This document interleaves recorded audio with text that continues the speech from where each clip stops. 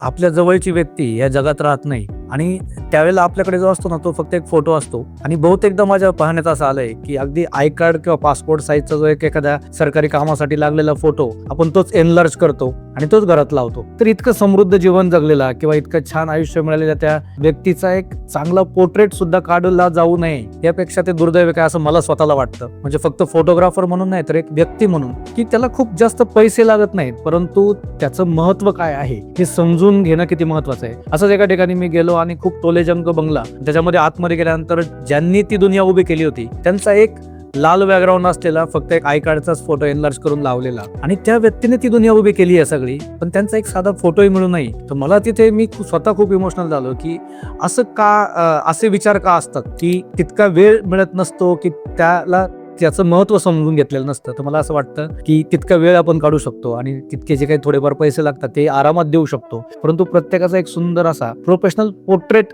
आपल्याकडे असावा. कारण या जगातून आपली जवळची व्यक्ती निघून जाते परंतु त्याच्या आठवणी खातीर तो फोटो मात्र त्याचा रोज आपल्याला एक छान दर्शन मात्र नक्की देत असतं.